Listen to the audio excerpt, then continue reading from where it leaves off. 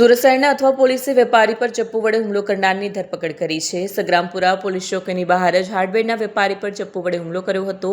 અસામાજિક તત્વો હાર્ડવેરની દુકાનની બહાર દારૂની મહેફલ માણી રહ્યા હતા। વેપારીએ દુકાન ખોલવા જતાં દુકાનની બહાર દારૂની બોટલો પડેલી હતી। દુકાન પાસે દારૂ ન પીવા ટકોર કરતા અસામાજિક તત્વોએ ચપ્પુ વડે હુમલો કર્યો। હુમલામાં વેપારીને પગના ભાગે ગંભીર ઇજાઓ પહોંચી। વેપારીને 108 મારફત સિવિલ ખસેડવામાં આવ્યો। બસંત બાયદાન રબારી નવસારી બજારમાં હાર્ડવેરની દુકાન ચલાવે છે। વેપારીએ અસામાજિક તત્વો પર કડક કાર્યવાહીની માંગ કરી છે અથવા પોલીસે આરોપી રાહુલ તેજા સોલંકીની ધરપકડ કરી છે। આરોપી ઘટનાને અંજામ આપી ફરાર થયો હતો।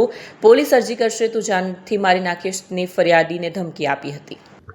આજ રોજ સવારે કલાક 8:30 વાગ્યાના અરસામાં સગ્રામપુરા ખાતે બસંત કુમાર રબારી કરીને હાર્ડવેરનો વેપારી છે, તે પોતાની દુકાન પાસે હતો ત્યારે આ કામનો આરોપી રાહુલ સોલંકી કરીને છે, જે તેની દુકાન પાસે તેની સાથે ઉશ્કેરાટજનક વર્તન કરી અને બોલાચાલી ઝઘડો કરી અને ફરિયાદીના પગમાં નીચેના ભાગે ગોઠણથી નીચેના ભાગે છરીથી હુમલો કરેલ અને નાસી ગયેલ બાદ પોલીસ ત્યાં આરોપીની તપાસ કરી અને આરોપીને પકડી લીધો।